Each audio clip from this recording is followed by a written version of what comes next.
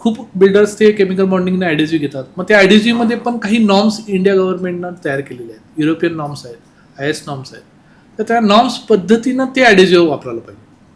जर ॲडिजिव्हमध्ये सिरॅमिक टाईलचं ॲडिजिव्ह असेल आणि ते ॲडिजिव्ह जर का वेट्रिफाईड टाईलला तुम्ही लावत असाल तर ते डिबॉन्डिंग होणार. ओके. तो अवेअरनेस क्रिएट करायचा आपल्याला. आज वेट्रिफाईड टाईलला तुम्ही उलटं करा, सिरॅमिक टाईलला उलटं करा, दोन्हीत पाणी टाका. सिरॅमिक टाईल पाणी पिणार, वेट्रिफाईड टाईल पाणी पिणार नाही. Like a glass. त्याला केमिकल बॉन्डिंग पाहिजे का नको? मग सिमेंट हे रिजिड आहे, लक्षात घ्या. सिमेंट हे रिजिड आहे म्हणजे काय काय कालांतरानंतर सिमेंट डिबॉन्ड होणार.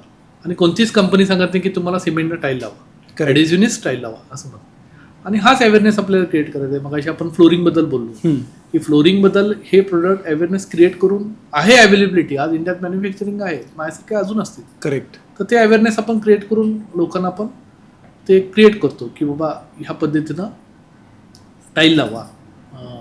सिमेंटमध्ये जे 15-20 mm मध्ये लावताय ती ॲडिजिव्हमध्ये लाईन लेवल जर तुमची भिंत असेल तर 5 mm 6 mm मध्ये टाईल लागते आणि त्याचे लॉंग लास्टिंग राहते.